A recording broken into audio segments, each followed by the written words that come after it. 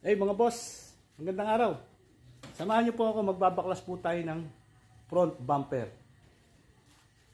Samahan niyo po ako. Tignan niyo po. Screw bolt po yan. Okay, so tanggalin na po natin yung sa taas, yung sinasabi ko. Yan po yung tatlo naman pong bolt. Yan. Pag natanggal po yan mga boss, una po nating tatanggalin dyan is yung mga gilid. Yung sa bumper lock.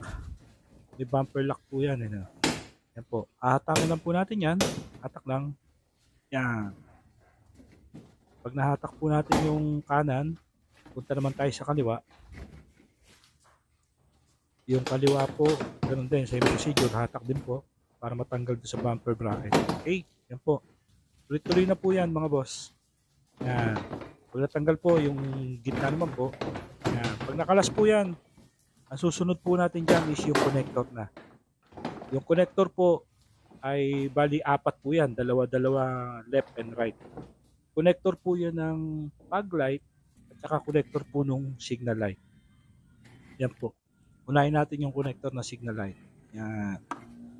Then sunod po natin yung connector ng fog light. Yan po siya, fog light. Yan. Madali lang po yan. Ipe-press nyo lang po yung sa pinakalock. Okay, left and right po yan. So, bali, apat na connector po yan. Dalawa sa left, dalawa sa right. Okay? So, after po matanggal yan, all goods na po mga boss. Salamat po mga boss. Thank you, thank you. Mga boss, tanggal na po yung ating front bumper. Pwede na po nating linisin yung nasa loob. Tapos kung mayroong mga abnormal, pwede na po natin gawin. Okay? Yun po yung kagandahan na alam natin baklasin yung front bumper. Follow, share, comment na lang po mga boss para sa susunod na tutorial. Thank you, thank you.